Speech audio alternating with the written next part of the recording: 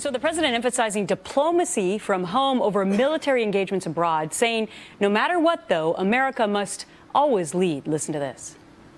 Here's my bottom line. America must always lead on the world stage. If we don't, no one else will. Chris Plante is the host of the syndicated radio talk show, The Chris Plante Show. Leslie Marshall, host of the syndicated radio program, The Leslie Marshall Show, and also Fox News contributor. Great to see the both of you. All right, so Chris, on the one hand, he's talking about the fact that, and I took notes when he said, wow, America must lead. But then he went on in the rest of the commencement speech talking about all the ways in which we are not going to become involved militarily. What was your takeaway? It was largely incoherent, I think. I didn't hear anything new. Most of what he said I've known since I was 16 years old, quite honestly.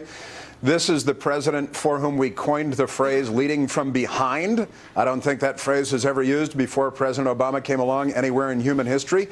The president is not a natural leader, and he talks about all of the things that we must do. And as Ed said, like these graduates of West Point, how they're going to be fighting climate change. Honestly, I was almost embarrassed. It was billed as a major foreign policy speech. I didn't hear a lot that was new. Leslie, I didn't hear a lot that was foreign policy. So, Leslie, was it for his legacy, or was it because he's taken some heat recently about foreign policy? Could it be because of this poll number, which I want to put up on my screen? He has only a 39% approval rating amongst Americans on foreign policy, albeit that it's gone up a bit in the last couple of months. What was it for? I do think it's because he has been criticized by people on not just the right but the left. I don't think it's about a poll number as much, especially because he's not running for re-election. What bothered me as a Democrat that he didn't talk about successes. I mean, Vladimir Putin picked up the phone and called him and said, hey, let's talk about a diplomatic solution to the problem in Ukraine.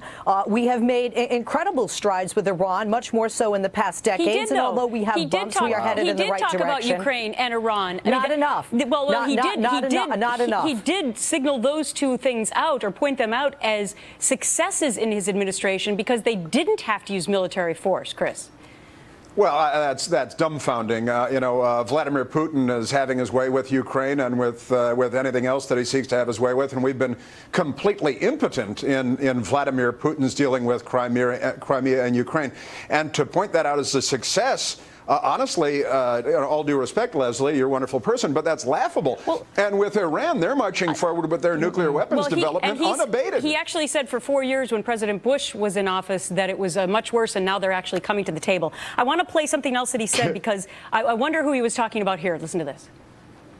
Since World War II, some of our most costly mistakes came not from our restraint, but from our willingness to rush into military adventures without thinking through the consequences, without building international support and legitimacy for our action, without leveling with the American people about the sacrifices required. Leslie, who is he talking about? Well, the bottom line here is, Chris, one of the problems that I have as a Democrat is where are alternatives to what the president is doing, whether it be with Ukraine, Iran, etc. I know that Democrats have even sent a letter to the president that said, hey, we support military force in Iran, as many Republicans do, but we can't be a nation that gets involved militarily with every other nation's individual conflicts. The polls of the American people show they care more about the domestic issues. I think some people were confused by that statement, maybe talking about President Bush, because it was less than 9 months ago that President Obama didn't seem to have a succinct policy when it came to Syria, whether or not he was going to go in or he was not. And yet he talked about other people today. Chris? Well, I mean, honestly, it was Democrat presidents, Harry Truman, that got us into Korea, JFK and LBJ that got us into Vietnam. Bill Clinton got us into Bosnia and Kosovo and screwed up Somalia, by the way. And President George H.W. Bush had a coalition of 38 countries in 1991. George W. Bush going into Iraq and Afghanistan, Afghanistan, NATO, and Iraq, a coalition of dozens of countries. All right. So but the ramp up in Afghanistan was unilateral. Well, let's see where this foreign policy message goes. He also called for $5 billion for fighting terrorism in other nations. Got to wrap it there. Thanks so much.